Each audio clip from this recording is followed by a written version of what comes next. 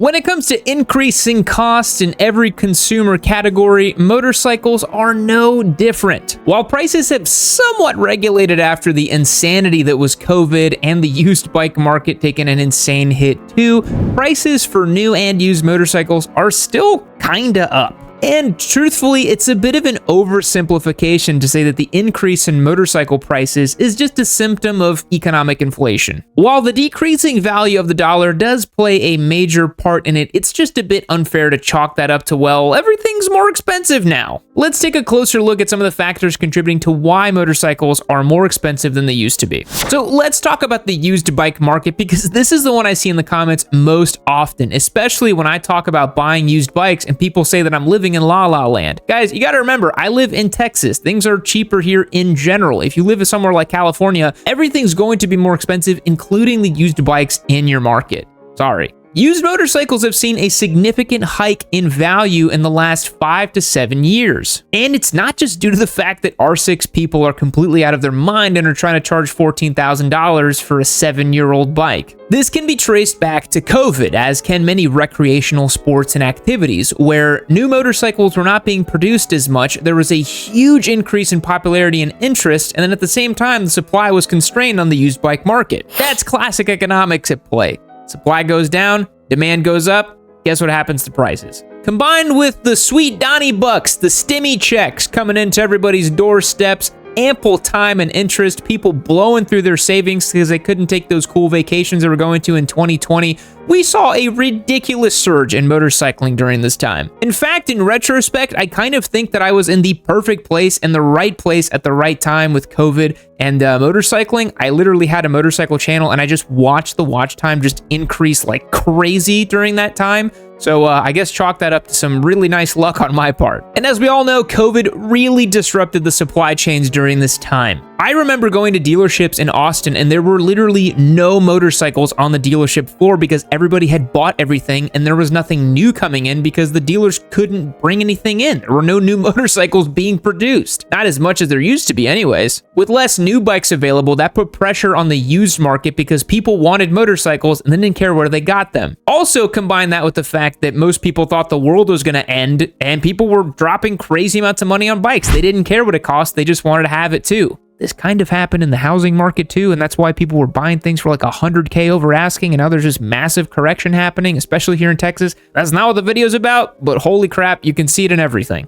The other thing that sucked too, and this was more of a car market thing, but even in the bike market too, dealers were upcharging on these motorcycles because they could. People were coming in completely bleary-eyed from COVID and willing to drop what any amount of money they had on these motorcycles, and so dealers were like, yeah, sure, we're gonna crank up the price because that's what we can do. It never got as egregious as the car market, where you saw $80,000 to $100,000 price hikes on very sought-after models. Motorcycling is a little bit more normal than that, but you regularly saw bikes going for $2,000, $3,000, $5,000, sometimes even $6,000 over MSRP because people were willing to pay for it. And at the end of the day, you might sit there and say, I would never pay that kind of money for a motorcycle. Why not just wait? Why not just be patient? Markets aren't rational. People aren't rational. And if everyone was rational all the time, as economics teaches us, well, then there would be no such thing as luxury goods, would there? So now, years later, supply has bounced back. There's plenty of new bikes in dealerships, and dealers are no longer trying to charge an arm and a leg over MSRP to sell you the motorcycle. But there's a new twist. In trying to combat inflation, the Federal Reserve used one of the many tools in its tool chest. Probably the easiest one that they had was increasing interest rates to slow down consumer demand to try to ease inflation and give us that venerable soft landing that we were promised. And so now interest rates are much higher than they have been historically for the last 10 to 12 years. We kind of got used to this easy money living in the 2010s where interest rates were just at 0% for like 11 years in a row. That was the aberration in the market. Boomers are always quick to remind me when I complain about the mortgage interest rate I have on my house that they used to be like 12 to 15% back in the 80s. A lot of people are just unwilling to take a 10, 15, even 18% loan on a $15,000 toy that they're just going to use on the weekends. Motorcycles in general have higher interest rates because they're seen as recreational things that aren't necessary for people to buy. So even if you have a fantastic credit score, even if interest rates are low, it's pretty hard to find deals where you're going to get that venerable 1.9% interest and beat inflation. Those deals still exist out there. I think Suzuki ran a program for a while where you could find really low interest rates on their models. Who the hell wants to buy a brand new Suzuki? There's just bold new graphics. And again, that's why people went back to the used market.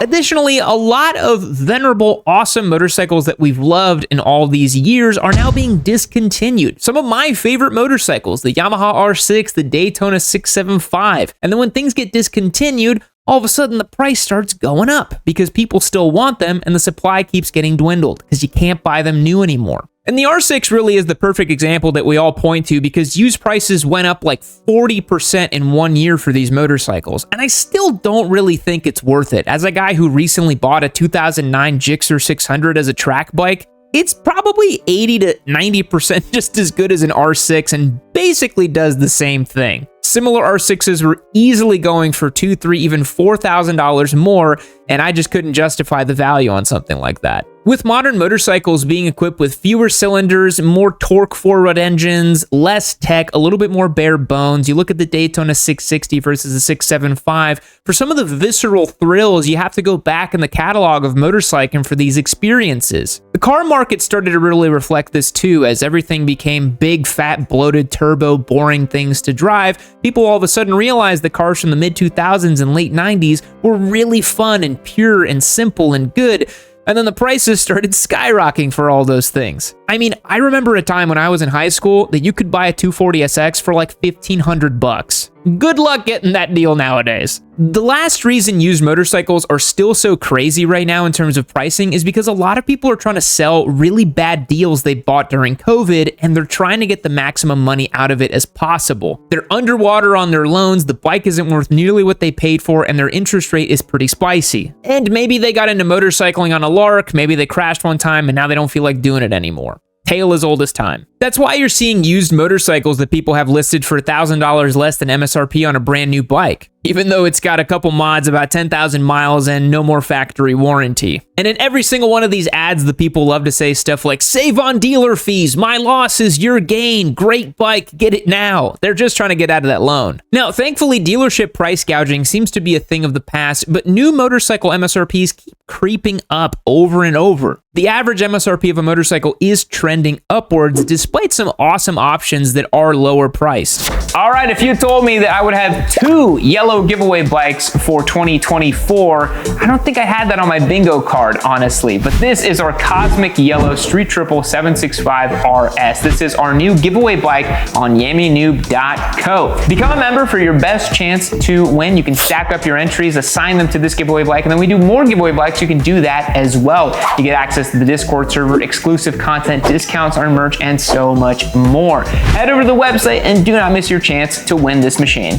One of the major reasons motorcycles are getting more expensive is because manufacturers keep throwing more and more tech at these motorcycles. Safety systems like traction control, ride-by-wire, cruise control, TFT displays, all stuff that we on Yammy Noob pretty much consider superfluous is now coming to mass market on motorcycles. At the end of the day, there certainly is a cost to implementing these systems. You have to do the R&D for them, you have to apply them to a bunch of different motorcycles, and you, the consumer, will have to pay for them eventually. It's like when you buy a car at the dealership that's optioned to the moon. Whether you want it or not, they have to pay for those options because they installed it on them, and that's the one that's sitting on the lot. Thankfully, motorcycles don't have the kind of crazy options list that cars do, even though some manufacturers keep testing that out. Doesn't seem to really stick. But we've talked about this before, where the absolute value of a brand new motorcycle compared to 10 years ago is superior even when you adjust for inflation. You're getting better engine, better MPG, more technology, all for similar prices. So even though the absolute value has gone up, the relative value is actually better nowadays. Motorcycles must also continuously meet strict emissions and noise standards and regulations. This is a cost that manufacturers have to pour a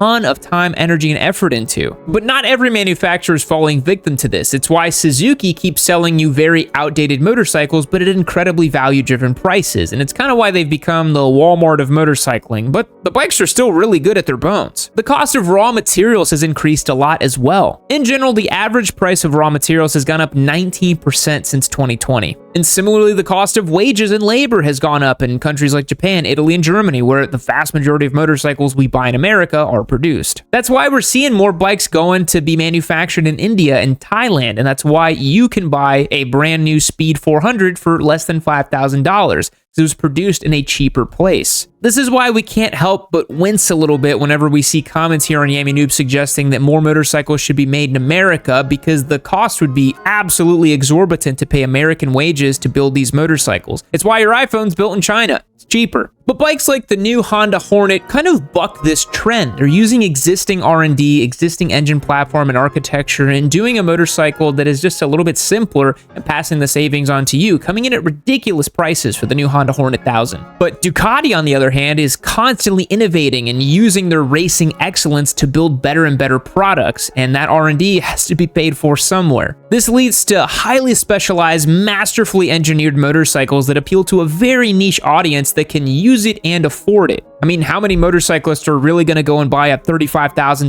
Ducati Panigale V4S? Not many, but Ducati doesn't need many to buy them. As we discussed in our affordability crisis in motorcycling video, motorcycles have a brand perception problem because they're often seen as luxury goods in America. Bikes like Ducati, BMW, Moto Guzzi, Aprilia, KTM, they all carry that elevated brand cachet. You're paying for motorcycles that are sold in very small quantities to a very niche market. And due to this nature, manufacturers are catering to this buyer and just hiking up the prices because they know that they can. These buyers want a motorcycle. They don't need a motorcycle, and they just test the waters to see what they can get away with. I mean, Ducati literally pivoted their business strategy to focus more on extreme ultra luxury items because they knew they'd make more profit margins on a small set of customers than trying to sell 100,000 Ducati Scramblers. I mean, seriously, how much is a Pecco Bagnaia limited edition Ducati V4S? Like $50,000 or something? It's just paint. That's all you're paying for. So yes, motorcycles are more expensive nowadays than they used to be. COVID really screwed with the marketplace, supply chains got messed up, and yes, inflation did play a part in the last 3 years due to all those factors and larger global economic implications as well. People also just earn less money now than they used to, so it makes it harder to afford. But in terms of the used market, I really kind of have to point to the consumer who's willing to go spend $5,000 more than an R6 really should cost because they just want it. That feeds into inflation, and it feeds into people thinking that they can sell these things for inflated prices. If you choose to listen to the devil on your shoulder and plop down $30,000 for the latest Ducati or BMW, what's to say that next time you go and buy it, they're going to charge you $36,000 or $38,000 and you'll just be okay with it then too? And for a lot of high wage earners, it's not really a big deal, right? If you've been making steady gains in your wages, your investment portfolio's done well, your home equity keeps growing up over time, why not drop an extra $8,000 on the cool toy that you want? But we can try to combat unreasonable, unnecessary price hikes by using collective action and using our brains when we're buying motorcycles. So if interest rates keep calming down, new motorcycles keep coming to the market, bikes that are cheaper and better than before, I think we're eventually going to see motorcycle pricing kind of get back to baseline, and eventually used bike prices will become normal again too. I don't know if we'll ever find $1,500 Ninja 250s ever again, but maybe $2,000 Ninja 250s are on the horizon for everybody. Oh, maybe there'll be Ninja 400s by then. But what do you guys think? Let me know down in the comments why you think motorcycling keeps getting more expensive. Let's have this discussion. I think it's very interesting. Let me know what the used bike market looks like in your area. I'm always interested to see what people have to say about that too. And do you really think premium brands like KTM, Ducati, even Harley Davidson are responsible for people just keeping to push the envelope above what a motorcycle should cost? Thanks so much for checking out today's video. I truly do appreciate it. We'll catch you in the next one.